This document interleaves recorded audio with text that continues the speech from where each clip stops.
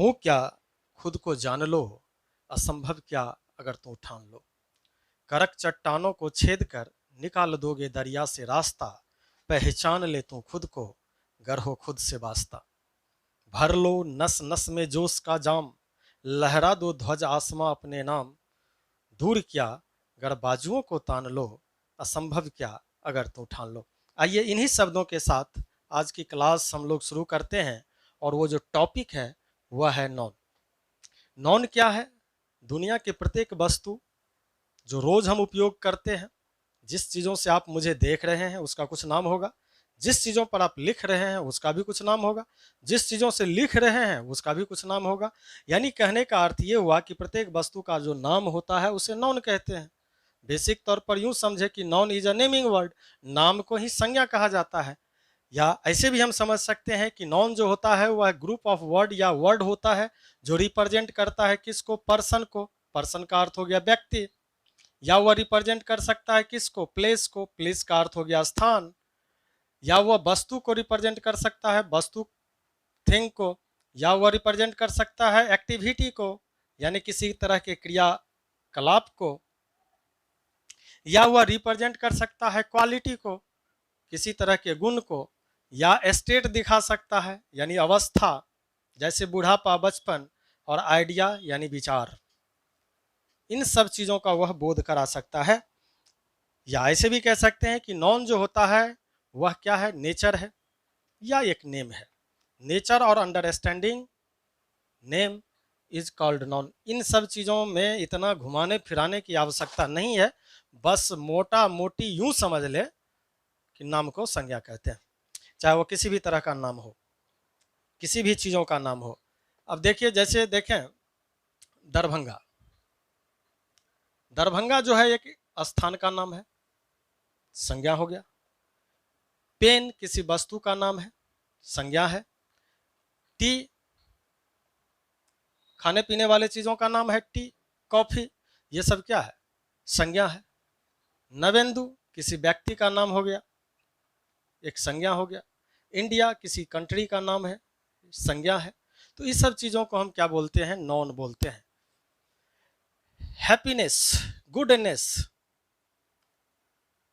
Goodness, अच्छाई, एक तरह का यह क्वालिटी है। वैसे तो क्वालिटी दो तरह के होते हैं, एक इनर क्वालिटी, एक आउटर क्वालिटी। अब जैसे गुड है, गुड से बना हुआ वर्ड गुडनेस है। गुड एक्चुअली है क्या? तो अच्छा, जिसे हम बाहर से देख सकते हैं वो एडजेक्टिव है, और जिसे अंदर महसूस कर सकते हैं वो नॉन है। ऑनेस्ट, ऑनेस्टी, दोनों में क्या अंतर है? ऑनेस्ट जो है वह आउटर क्वालिटी है, ऑनेस्टी जो है वह इनर क्वालिटी है। ऑनेस्ट को हम महसूस नहीं कर सकते हैं, वह ईमानदार है, देखने से पता चल जाएगा। उसके अंदर ईमानदारी है। अब अंदर ईमानदारी है, इनर क्वालिटी। तो ऑनेस्टी जो हो गया वह एडजेक्टिव हो गया, ऑनेस्ट जो हो गया वह ऑनेस्ट एडजेक्टिव हो गया, और ऑनेस्टी जो हो गया वह क्या हो गया? एब्स्ट्रैक्ट नॉन हो गया। वो आगे चल करके हम लोग देखेंगे। गुडनेस हो गया। चाइल्डहुड, चाइल्डहुड जो है वह एक स्टेट है, बचपन की अवस्था है, बुढ़ापे की अवस्था है। तो ये सब भी किस कैटेगरी का वर्ड हो गया? तो नॉन का ही हो गया। तो नॉन क्या दिखा सकता है? गुण भी दिखा सकता है, एक अवस्था भी दिखा सकता है। ये बात हमें याद रखनी होगी। अब हमें समझना है कि सेंटेंस के अंदर हम नॉन पहचानते कैसे हैं। उससे पहले बात कर लेते हैं कि नॉन का काम क्या है। नॉन का काम क्या है? नॉन सेंटेंस के अंदर या तो सब्जेक्ट बना सकता है, नॉन सेंटेंस के अंदर या तो ऑब्जेक्ट बना सकता है, नॉन सेंटेंस में कॉम्प्लीमेंट भी बनाता है। हालांकि सब्जेक्ट और ऑब्जेक्ट सेंटेंस के अंदर प्रोनाउन का भी काम है, प्रोनाउन भी सब्जेक्ट और ऑब्जेक्ट बनाता है, लेकिन नॉन भी वही काम करता है, सेंटेंस के अंदर सब्जेक्ट और ऑब्जेक्ट बनाता है। कभी कभी यह कॉम्प्लीमेंट के रूप में भी आ जाता है। इसके अलावे जनरली अगर हमें नॉन सेंटेंस के अंदर पहचानना है सेंटेंस के अंदर, तो हमें 3 की वर्ड्स याद रखना होगा। व्हाट, हु और whom। अगर इसका आंसर हमें मिल रहा है, का आंसर जनरली क्या होता है? नॉन होता है।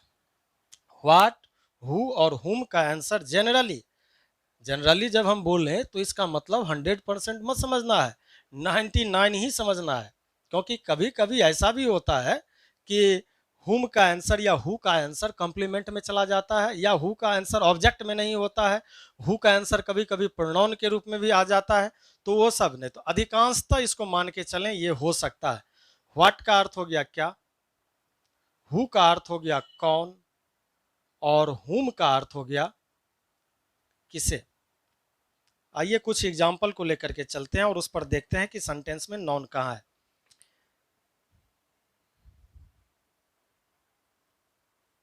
हरिओम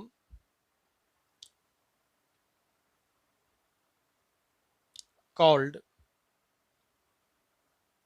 संत जी। इस सेंटेंस में अगर हम बात करें हरिओम कॉल्ड संत जी, तो देखें कि इसमें नॉन कहाँ पे है, या इस सेंटेंस के अंदर जो नॉन है उसका बिहेवियर कैसा है। हरिओम कॉल्ड संत जी, हरिओम बुलाया किसको, संत जी को। बुलाने का काम कौन किया। अगर इस सेंटेंस में हम हु रख करके देखते हैं कि हु कॉल्ड संत जी, तो हु कॉल्ड संत जी, इसका हु का आंसर कौन आ जाता है, हरिओम। कौन बुलाया, तो कौन बुलाया, तो हरिओम बुलाया। इसलिए हरिओम जो है सेंटेंस के अंदर यह क्या है, नॉन है। हरिओम किसे बुलाया, अगर इसमें हम हुम रख करके देखते हैं कि हु कॉल्ड हुम, हरिओम कॉल्ड हुम, तो हुम का आंसर संत जी दे देता है। इसलिए संत जी जो है इस सेंटेंस के अंदर क्या हो जाएगा, नॉन हो जाएगा। दूसरी बात, इन सेंटेंस में जो हरिओम है और संत जी है, ये जो दोनों नॉन है, इस नॉन का फंक्शन क्या है। तो यह सेंटेंस के अंदर वर्ब है, और वर्ब के पहले जो आया, इस वर्ब का अपना कोई सब्जेक्ट होगा, हाँ है। किसके विषय में हम बात कर रहे हैं, तो हरिओम। यह सेंटेंस का क्या हो जाएगा, सब्जेक्ट हो जाएगा। और इस वर्ब का जो इम्पैक्ट है वह किस पर पड़ रहा है, तो इस कॉल्ड का इम्पैक्ट पड़ रहा है संत जी पर। इसलिए यह संत जी जो है वह इस सेंटेंस का ऑब्जेक्ट हो जाएगा। समझ में आ रहा है कि हु और हुम का आंसर हमें मिल गया तो वह नॉन होगा, और उस नॉन का हमें पता करना है फंक्शन क्या है। अगर वह वर्ब सब्जेक्ट वर्ब से पहले आया, और दूसरी बात कि अगर हम बातचीत उसी के विषय में कर रहे हैं, या वह डूअर के रूप में आया या उसके विषय में बात किए, तो सब्जेक्ट होगा। और अगर उस वर्ब का इम्पैक्ट पड़ रहा है उस वर्ड पर, तो वह ऑब्जेक्ट होगा। तो इस सेंटेंस में संत जी ऑब्जेक्ट है और हरिओम यहाँ पे क्या है, नॉन सब्जेक्ट है। कुछ और एग्जांपल्स देखें।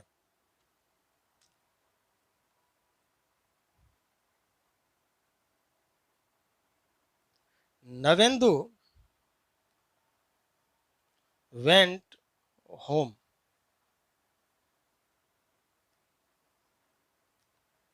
Navendu loves his home। Navendu went home, इस एग्जाम्पल को देखें और इस एग्जाम्पल को देखें कि नवेंदु घर गया। सेंटेंस में कौन गया, नवेंदु गया। अगर सेंटेंस में कौन का आंसर हमें मिल गया तो यह क्या होगा, नॉन होगा। दूसरी बात, बातचीत किसके विषय में कर रहे हैं, नवेंदु के विषय में कर रहे हैं, तो नॉन क्या काम करता है, नॉन या तो सब्जेक्ट बनाता है या ऑब्जेक्ट। अगर वर्ब का इंपैक्ट ले रहा है तो ऑब्जेक्ट बनाएगा, अगर वर्ब को अपने एक्शन में ला रहा है तो वह सब्जेक्ट बनाएगा। तो इस वेंट का जो सब्जेक्ट है वह नवेंदु है, और इस वेंट का क्या इंपैक्ट होम पर पड़ रहा है, क्या यह ऑब्जेक्ट है।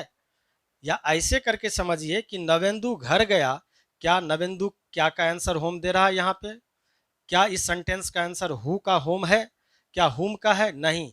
होम कहाँ गया, ये तो आंसर दे रहा है, वेयर का आंसर दे रहा है कि नवेंदु गया तो कहाँ, घर गया। तो कहाँ जाना ये नॉन तो नहीं होगा, क्यों, क्योंकि व्हाट हु और हुम का जो आंसर हमें देगा वही तो नॉन होगा। तो होम जो है इस सेंटेंस में क्या हो गया, नॉन नहीं है। अगर यह सेंटेंस में नॉन नहीं है तो यह सेंटेंस का ऑब्जेक्ट भी नहीं होगा। आगे देखते हैं, Navendu loves his home. Navendu sentence में क्या है, नॉन है, सब्जेक्ट का काम कर रहा है यहाँ। लव सेंटेंस का वर्ब है। अब देखिए कि नवेंदु अपने घर से प्यार करता है। नवेंदु किससे प्यार करता है, किससे, किससे या किसे, दोनों बात यहां याद रखना है, किसे या किससे। तो नवेंदु अपने घर से प्यार करता है, तो होम जो है इस सेंटेंस के अंदर किसका आंसर दे रहा है, होम का आंसर दे रहा है, इसलिए होम यहां पे नॉन होगा। इन दोनों सेंटेंस में अंतर आप देखें कि नवेंदु वेंट होम, यहां जो होम है पहले सेंटेंस में वह नॉन नहीं है, जबकि दूसरे सेंटेंस में जो होम है वह क्या है, नॉन है। कुछ और एग्जांपल्स को देखें।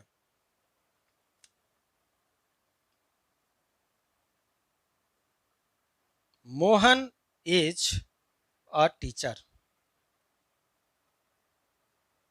मोहन एक शिक्षक है। मोहन सेंटेंस का क्या हो गया, नॉन हो गया। नॉन है तो सेंटेंस का क्या होगा, सब्जेक्ट होगा। ऑब्जेक्ट भी हो सकता है लेकिन यहां वर्ब का सब्जेक्ट है ये। मोहन क्या है, शिक्षक है, तो क्या का आंसर दे रहा है, तो ये भी नॉन है। अगर वर्ब के इंपैक्ट को लेगा तो ऑब्जेक्ट होगा। क्या यह इंपैक्ट ले रहा है, क्या यह ऑब्जेक्ट है। वर्ब के बाद का जो वर्ड होता है वो जनरली ऑब्जेक्ट होता है, क्या यहाँ यह ऑब्जेक्ट है। तो जरा सोच करके देखें सेंटेंस में कि इस वर्ब का इंपैक्ट यह ले नहीं रहा है, इसलिए ऑब्जेक्ट होगा नहीं। यह क्यों नहीं होगा, क्योंकि मोहन ही टीचर है, टीचर ही क्या है, मोहन है इस वाक्य के अंदर। यानी मोहन शिक्षक है तो शिक्षक कौन है, मोहन, और मोहन क्या है, तो टीचर है। कहीं ऐसा तो नहीं कि मोहन के लिए ही टीचर का प्रयोग किया गया हो। हाँ बिल्कुल ऐसा ही है कि यहाँ इस वाक्य में मोहन के लिए ही टीचर आया है, यानी सब्जेक्ट के लिए ही ये वर्ड आया है। तो जो सब्जेक्ट के लिए आता है वो ऑब्जेक्ट नहीं होता है, वह सब्जेक्ट के अर्थ को पूरा करने वाला वर्ड हो गया। अगर वह सब्जेक्ट के अर्थ को पूरा करने वाला वर्ड हो गया तो वह कहलाएगा कंप्लीमेंट। और किसका कंप्लीमेंट, तो सब्जेक्ट के अर्थ को अगर पूरा कर रहा है तो वह सब्जेक्ट का कंप्लीमेंट। अगर वह ऑब्जेक्ट के अर्थ को पूरा कर रहा है तो ऑब्जेक्ट का कंप्लीमेंट। खैर कंप्लीमेंट के विषय में हम लोग आगे भी पढ़ेंगे, अभी फिलहाल जानते हैं नॉन के विषय में। तो मोहन सेंटेंस का नॉन है, टीचर नॉन है, बस याद रखना है कि यहाँ पे ये ऑब्जेक्ट नहीं है, कंप्लीमेंट है किसका, सब्जेक्ट का। चलिए आगे देखते हैं इस सेंटेंस को।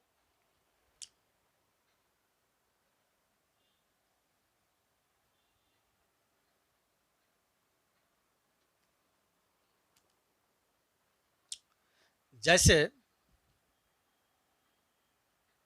यू लव मी, इस सेंटेंस में नॉन है क्या, तो नहीं है, क्योंकि हम लोग जानते हैं यू क्या होता है, प्रोनाउन होता है, मी क्या होता है, प्रोनाउन होता है, लव क्या है, सेंटेंस का वर्ब है। कुछ एग्जाम्पल इसी पे आधारित देखते हैं कि love changes a person, in sentence में हमें नॉन को ढूंढना है। लव चेंजेज पर्सन, याद रखें लव यहाँ पे क्या है, वर्ब है। क्यों, क्योंकि यहाँ एक्शन दिखा रहा है।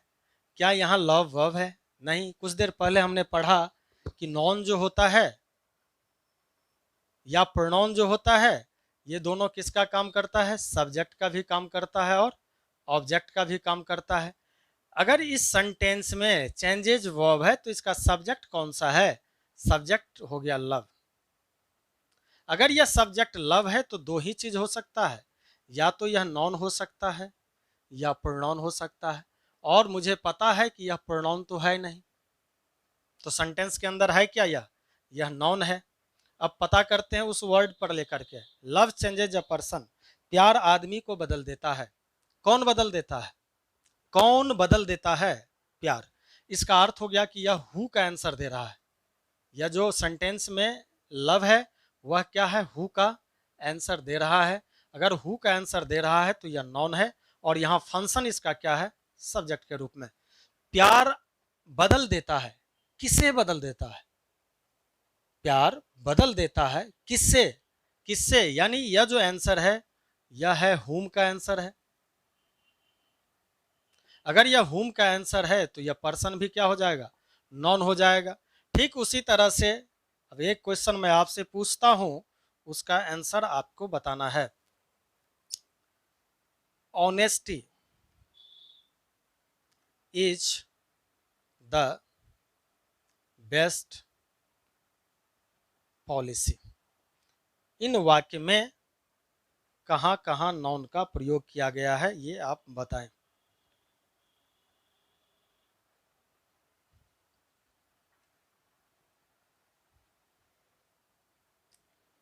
तो वही चीज हम लगाएं कि honesty is the best policy. Subject object ढूंढ लेते हैं या वो जो क्या कौन कैसे का अर्थ देता है उसी से ढूंढ लेते हैं कि ऑनेस्टी क्या है। What is the best policy, क्या है अच्छी नीति, या व्हाट का आंसर दे रहा है। अगर व्हाट रख करके हम देखें कि what is the best policy, तो इस वाक्य में व्हाट का आंसर हमें ऑनेस्टी मिल जाएगा। अगर ऑनेस्टी मिल गया तो ऑनेस्टी शब्द क्या हो जाएगा, नॉन हो जाएगा। बेस्ट पॉलिसी क्या है, best policy honesty is the best what, honesty क्या है, तो ऑनेस्टी एक तरह का पॉलिसी है, तो यह व्हाट का ही आंसर दे रहा है, तो ये भी क्या हो जाएगा, नॉन हो जाएगा। एक चीज तो मोटा मोटी समझ में आ गया कि पार्ट्स ऑफ स्पीच का रूट वर्ड कुछ भी हो, चाहे वो वर्ब का हो, एडजेक्टिव का हो, नॉन का हो, कुछ भी होता है, अगर उसका फंक्शन नॉन के रूपों में लिया जा सकता है तो हाँ लिया जा सकता है।